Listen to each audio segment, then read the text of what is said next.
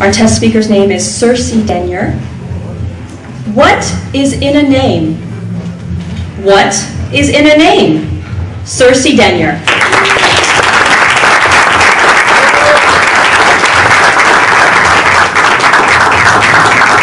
I'm a Toastmaster, fellow Toastmasters, and honored guests.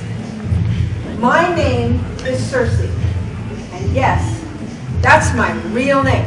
It's on my birth certificate. Now, up until a little bit ago, I thought my father named me. I thought it was his idea. I wasn't right about that. About a week ago, I had a conversation with my mom about how I got my name, the real story, and I'm blessed because she's here tonight to hear me say this. My father and my mother discussed everything. They never made a decision without discussing it with one another, and that included naming their 3 children. Now, I'll tell you how lucky I feel. I have an older brother. He was named after my father, James Freeman Denyer. I have a younger sister, and I found out she wasn't named after anybody. But my name was researched. My dad loved to read, and he loved Greek mythology. So he did a lot of checking to find just the right name. Now, there were special rules. The name had to be easy to understand and say. It couldn't be teased when I got to school. And most importantly, it couldn't be turned into some ugly nickname.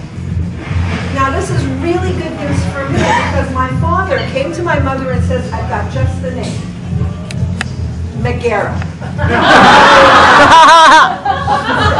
Oh, no, you don't. Because that name would be turned into Maggie or Meg or something like that. So he went back and he did more research. He found my name. And I am named after a siren. Now, sirens in Greek mythology were beautiful women, had beautiful singing voices, and magical powers. And in the story of Ulysses, Circe drew the sailors to the rocks of Greece. And then when they got there and their ships crashed, she turned them into swine. Whoa. I have absolutely no magical powers over men. I just asked my 2 boys, they'll tell you. And I cannot sing a note. Not a single note, it's always off key. I joined choir once and I kind of stood next to somebody who sang better.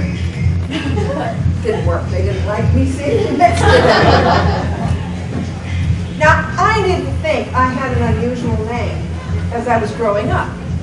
My parents talked to me like I understood. So they told me the story over and over.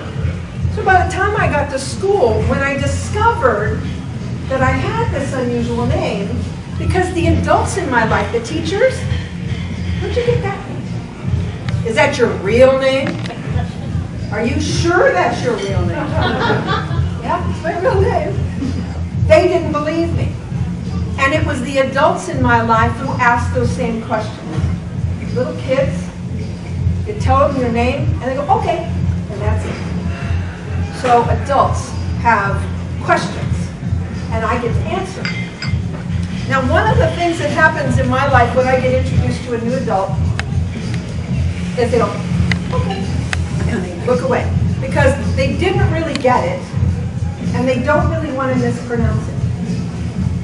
But I have some of the greatest pronunciations of my name from people that I really adore. Some people call me Circle. That's a great one. Some people call me Xerxes. Now, doesn't that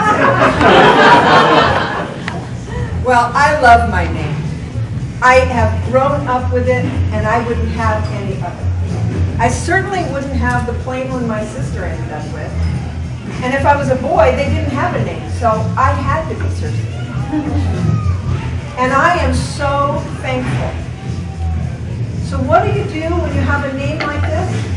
Well, you learn to give the short elevator speech about your name.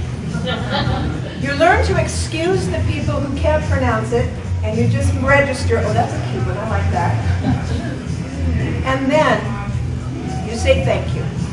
So thanks, Mom, for giving me one of the best names I could have. And thanks, Dad, for researching it so I didn't end up being named McGarrett.